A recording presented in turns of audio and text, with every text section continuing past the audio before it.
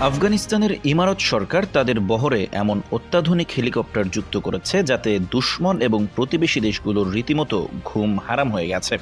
বিশেষ করে আমেরিকা যখন আফগানিস্তান ছেড়ে যায় তখন এসব বিমান ও হেলিকপ্টার সাথে না নিয়ে আফগানিস্তানেই নষ্ট করে ফেলে গিয়েছিল। তারা ভেবেছিল মোল্লারা এসব অত্যাধুনিক বিমান, হেলিকপ্টার এবং যুদ্ধাস্ত্র ঠিক করতে পারবে না।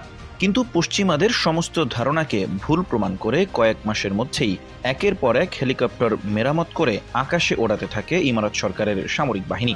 UH-60 Black Hawk helicopter was seen being flown by the Taliban. সম্প্রতি ইমারত সামরিক বাহিনীর প্যারেডে এমন দুই ধরনের হেলিকপ্টারকে মহড়া দিতে দেখা গেছে, যা দেখে পুরো পশ্চিমা বিশ্ব রীতিমতো চমকে উঠেছে। এর মধ্যে একটি হচ্ছে রাশিয়ান Mi-24 অ্যাটাক হেলিকপ্টার। এটিকে পৃথিবীর সবচেয়ে দুর্ধর্ষ এবং অত্যাধুনিক অ্যাটাক হেলিকপ্টারগুলোর একটি বলে মনে করা হয়। প্রায় 150 কোটি টাকা প্রতি ইউনিট মূল্যের এমন